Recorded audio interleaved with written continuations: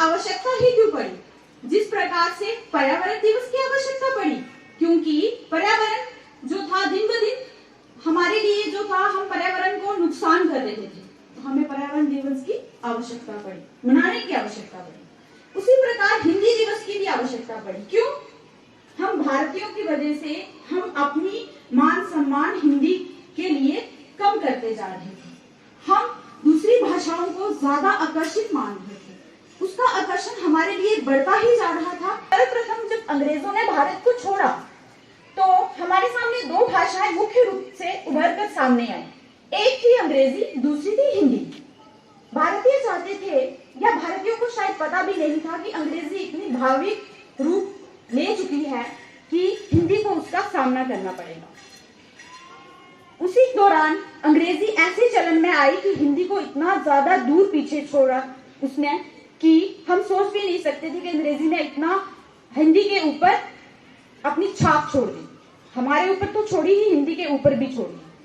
उसके बाद सभी ने जनसम्मत से 14 सितंबर कब, आप बताओ, 1949 को अंग्रेजी नहीं जानते, तो इसीलिए इन्होंने अपनी भाषा में उत्तर दिया है। उसके बाद क्या हुआ, उसने अपना भाषा बदली, टूटी फूटी आती थी अंग्रेजों को भी। उसने कहा आप कैसे हो, तो स्वामी विवेकानंद जी ने बोला आई एम फाइन। फिर उस पुरुष ने बोला विवेकानंद जी ये क्या, जब मैंने आपको हेलो बोला तो आपने अपनी भाषा में उत्तर दिया, जब मैंने आपकी भाषा में आपको पूछा कि आप कैसे हो तो आपने मेरी भाषा में उत्तर दिया।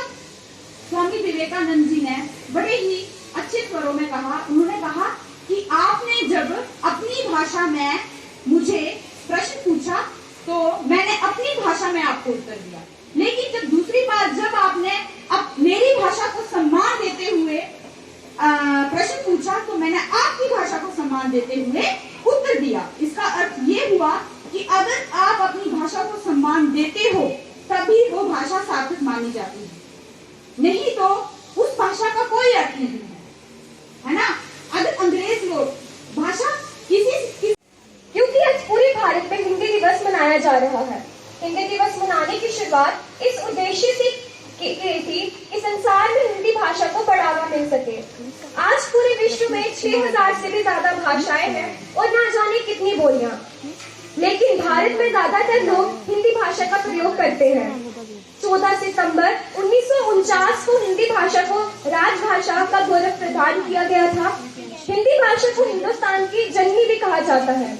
आज बोलचाल के साथ साथ छोटे बड़े कामों में, कार्यक्रमों में, भाषणों में, समाचार पत्रों में, सरकारी कामकाजों में, शिक्षा में, मनोरंजन में और न जाने कितने क्षेत्र हैं जहां हिंदी को अधिक महत्व दिया जाता है। हिंदी भाषा की वजह से आज हमारा देश एकता के सूत्र में बंधा हुआ। सब जगह हिंदी का महत्व दिन प्रतिदिन बढ़ता जा रहा है। हालांकि बीते कुछ सालों में इंटरनेट का युग शुरू होने की वजह से हिंदी भाषा का इस्तेमाल तीव्रता से बढ़ता जा रहा है। धीरे धीरे हिंदी साहित्य को वह स्थान मिलना शुरू हो गया है जो उसे मिलना चाहिए। भारत की आशा है हिंदी, जिसने पूरे देश को जोड़ रखा है, वह मजबूत धागा है हिंदी।